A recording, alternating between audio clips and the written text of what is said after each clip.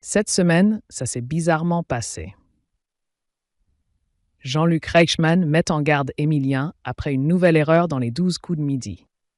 Ce samedi 21 septembre, Émilien vivait sa 360e participation aux 12 coups de midi. Cela dit, Jean-Luc Reichmann a confié qu'il se faisait du souci pour son protégé au vu de ses performances de la semaine.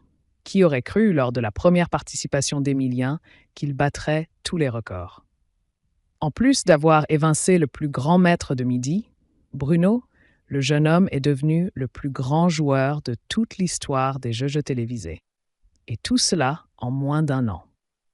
Il faut dire que le Vendéen a employé les grands moyens pour mettre toutes les chances de son côté, que ce soit son année de césure au niveau de ses études ou ses révisions entre chaque émission, quitte à moins se laisser distraire.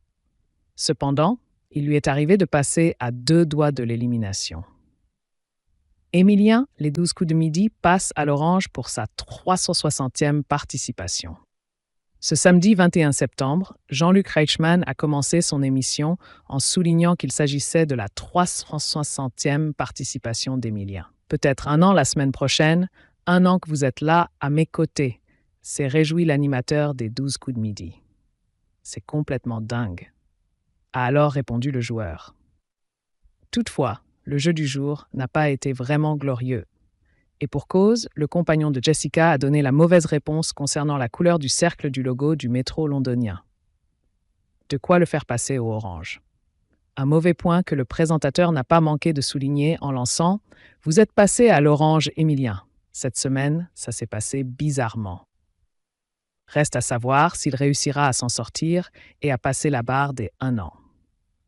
Émilien répond à la polémique après des accusations de favoritisme. Un peu plus tôt dans la semaine, l'adversaire d'Émilien a dû répondre à la question suivante. En Arabie Saoudite, quel personnage s'est retrouvé dans un manuel d'histoire aux côtés du roi Faisal? La jeune femme a répondu Gandalf le magicien au lieu de Yoda.